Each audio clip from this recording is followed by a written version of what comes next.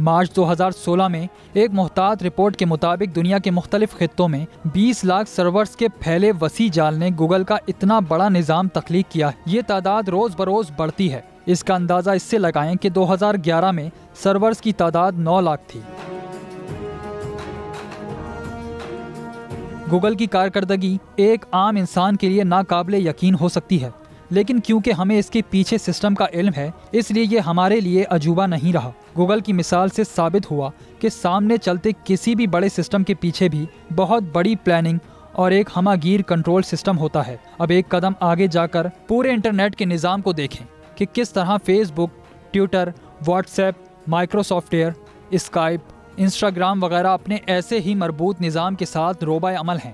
سب سے دلچسپ اور اہم وائی فائی کا ایک اندیکھا نظام ہے جو کروڑوں اربوں معلومات لیے ہمارے اطراف غیب میں موجود ہوتا ہے۔ ہم میں سے اکثر اس نظام سے لا تعلق ہی رہتے ہیں، مگر جب ہمیں کسی معلومات یا کسی تسکین کی طلب ہوتی ہے تو اس کی بدولت دنیا کی ہر معلومات صحیح یا غلط سیکنڈز میں کمپیوٹر یا اسمارٹ فون کی اسکرین پر موجود ہوتی ہے۔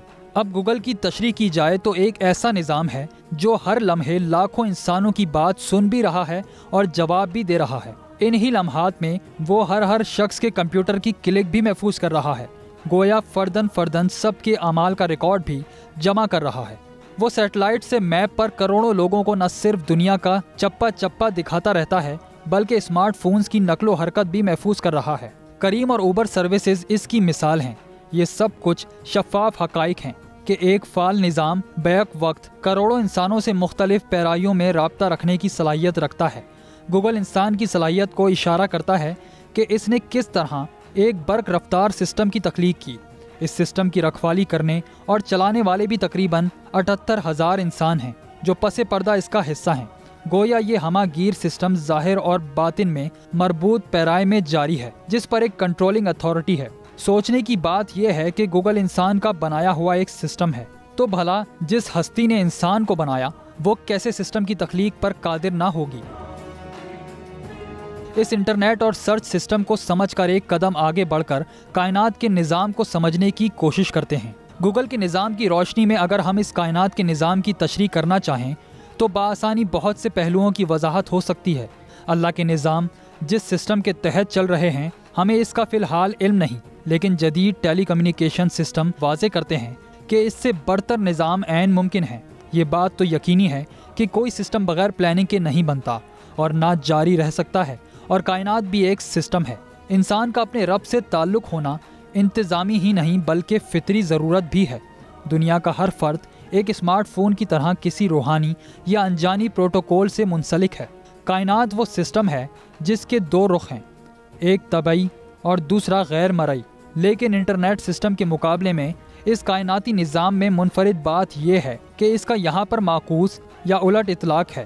انٹرنیٹ پر ہم غیر مرئی ماحول وائی فائی سے منسلک ہوتے ہیں اور طبعی فنکشنل رخ ہم سے اوجھل اور کہیں دور ہوتا ہے، جبکہ کائناتی ماحول میں ہم طبعی ماحول میں ہوتے ہیں، جبکہ اس کا فنکشنل نظام غیر مرئی اور ہمارے حواس سے اوجھل ہے کہ اس میں فطری قوانین، توانائیاں اور قوتیں شامل ہیں۔ ایک پہلو یہ بھی ہے کہ ہر نظام مربوط منصوبہ بندی سے لاگو ہوتا ہے، مگر اس کی روانی میں مختلف کارندوں کا ہونا ضروری ہوتا ہے۔ جس طرح گوگل کے نظام کا خالق باہر رہ کر ایک عظیم سسٹم کو رواں رکھتا ہے، غالباً ایسا ہی کوئی نظام ہے کہ اللہ اس سسٹم سے باہر رہ کر کائنات میں زندگی رواں دواں رکھے ہوئے ہے۔ رب سے ایمانی تعلق کیا ہے؟ گوگل کے اپنے فون اینڈرائیڈ کے بلٹ ان سسٹم سے لیس ہوتے ہیں جس میں اپنا جی میل ڈال کر آپ گوگل کے سروس سے منسلک ہو جاتے ہیں۔ بالکل اسی طرح ہر انسان خدا کے بارے میں ایک بلٹ ان فطری تجسس لے کر پیدا ہوتا ہے جو ہماری روح میں ہے، اور محض اس کا اقرار اس کا رابطہ رب سے قائم کرنے کے پیرائے زندہ کر دیتا ہے۔ یہاں غور طلب یہ نکتہ ہے کہ ہم انٹرنیٹ کے ماحول یا نظام سے تعلق اسی وقت قائم کر پاتے ہیں جب ہم اس کے فنکشنل طبعی رخ سے ہم آہنگ کوئی طبعی ڈیوائس استعمال کرتے ہیں، جیسا کہ کمپیوٹر اور اسمارٹ فون اپنی ہم آہنگ ساخت میں وائی فائی سسٹم یا کیبل کے توسط سے ہمارا رابطہ انٹرنیٹ کے پس پردہ نظام سے جوڑ دیتے ہیں۔ تو سوال یہ اٹھتا ہے کہ کیا کائنات کے غیر مرئی فنکشنل پیرامیٹر سے تعلق جوڑنے کے لیے ہمیں بھی غیر مرئی واسطے درکار نہ ہوں گے؟ جیسا کہ ابھی ہم نے گوگل سے رابطے کے لیے وائی فائی ڈیوائس کا تذکرہ کیا، اسی اصول پر یہ بات بھی عین منطقی ہے کہ کائنات کو چلانے والے غیر مرئی نظام کو جاننے اور اس کے خالق سے رابطے کا کوئی طریقہ یا ڈیوائس یعنی رابطوں کے غیر طبعی پیرائے موجود ہوں، مگر وہ کیا ہو سکتے ہیں؟ کیا شعور و عقل یا رسالت، عبادت و نماز تو نہیں؟ غور کریں۔ مگر ایک اہم سوال اور، کیا ڈیش بورڈ کی طرح کوئی اعلیٰ تر خفیہ نظام ہمارے تمام اعمال و حرکت کو محفوظ نہیں کر سکتا؟ اور کیا کسی نے گوگل کو کبھی دیکھا؟ خدا کا انکار کرنے والے کیا ہمیں گوگل، فیس بک اور مائکروسافٹ دکھا سکتے ہیں؟ ذرا سوچئے، یہاں مقصد ان کا خدا سے تقابل نہیں، بلکہ یہ واضح کرنا ہے کہ دنیا کے طبعی ماحول میں بھی ایسے غیر مرئی عوامل موجود ہوتے ہیں جو ہمارے اعمال میں صلاحیت رکھتے ہیں، کیونکہ جدیدیت کا فلسفہ انسان ہی کو عقل کل قرار دیتا ہے۔ اسی لیے اس فلسفے پر ایمان لانے والا جدید انسان خدا کو ایک بے جان اور بے عمل ہستی یا ایک تصور سمجھتا ہے، جبکہ دوسری طرف یہ بھی حقیقت ہے کہ جدید انسان اپنی ننھی منھی عقل سے اپنی اور کائنات کی ابتدا ہی نہیں سمجھ پا رہا تو بھلا اللہ کو کیسے جان پائے گا؟ اس غیر یقینی سوچ کے فطری نتیجے میں جدیدیت کا پیروکار انسان عقل کے قبض میں مبتلا ہو جاتا ہے، جس سے اس کی فکر میں ایسی منفی ذہنی قفل لگ جاتے ہیں کہ ہٹ درمی کے باعث اپنے سے بہت بہتر کسی قوت یعنی خدا کو قبول نہیں کر پاتا، ورنہ کشادہ عقل تو کہہ اٹھتی ہے، ہر جا تیری قدرت کے ہیں، لاکھوں جلوے حیراں ہوں کہ دو آنکھوں سے کیا کیا دیکھوں۔